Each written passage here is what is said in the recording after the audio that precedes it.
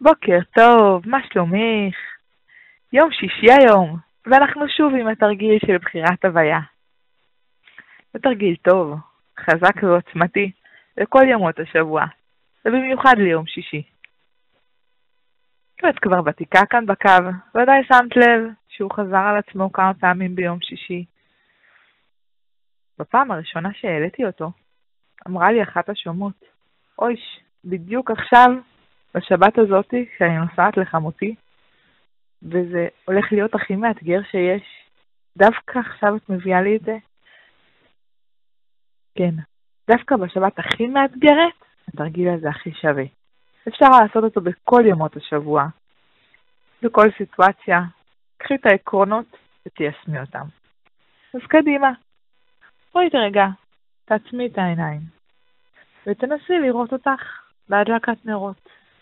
רגע שההדלקת נרות הכי חלומית שאת יכולה לדמיין. אחרי הכל, איזה 5 דברים את רואה מול העיניים שלך? נסי לשמוע צלילים, קולות, תראי 4 צלילים. יש גם תחושות מסוימות שאת יכולה לספור? אולי ריח? טעם? כשאת נמצאת ברגע הזה, שיהיה אחרי הדלקת נרות, איך את מרגישה שם? מה הרגש הכי חזק שנוכח בך ברגע הזה? נעים לך איתו?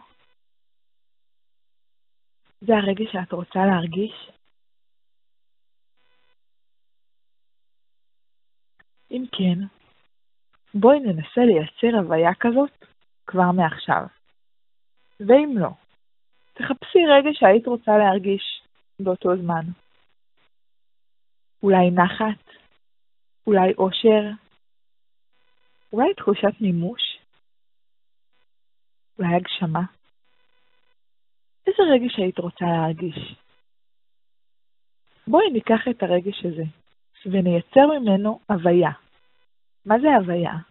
הוויה זה מצב הווה, שמעכשיו את מתנהלת כאילו זה הרגש שנוכח אצלך כעת.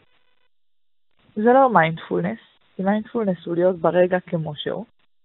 זה שייך לאימון המנטלי, שאנחנו יכולות לאמן את עצמנו לבחור איזה רגש אנחנו רוצות שיהיה נוכח בנו. כעת, אחרי שבחרנו את הרגש, נגיד את זה לעצמנו בכל כמה פעמים. אם למשל בחרתי הוויה של רוגע, ונגיד לעצמי, אני היום רגועה, אני היום רגועה, אני היום רגועה.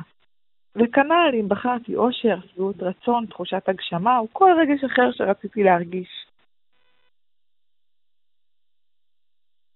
כשאת נמצאת בפסגה הזאת, מה נראה לך יאתגר אותך להישאר בה? איזה דברים למהלך היום? איזה אנשים? איזה פעולות? איזה משימות עשויות לקחת אותך משם? מה תעשי כדי להישאר ברגש הזה, בהוויה הזאת? קחי לך את זה, בכל יום, בכל משימה, אם זה בחופש, אם זה בהכנות לשבת, אם זה בבית, אם זה בעבודה, אם זה בדברים שתלויים בך, ובעיקר בדברים שלא תלויים בך. לפני שאת יוצאת לדרך, תחשבי, עם איזה רגש אני רוצה לחזור. באיזה רגש אני רוצה להיות בסוף, בשיא של החוויה. אחרי שזיהית את הרגש שאת רוצה להיות בו, תנסי להרגיש אותו כבר עכשיו. תחשבי, מה יאתגר אותך להישאר בו, ואיך תעזרי לעצמך לחזור אליו ברגע של בריחה ממנו. בהצלחה, יום טוב ושבת שלום.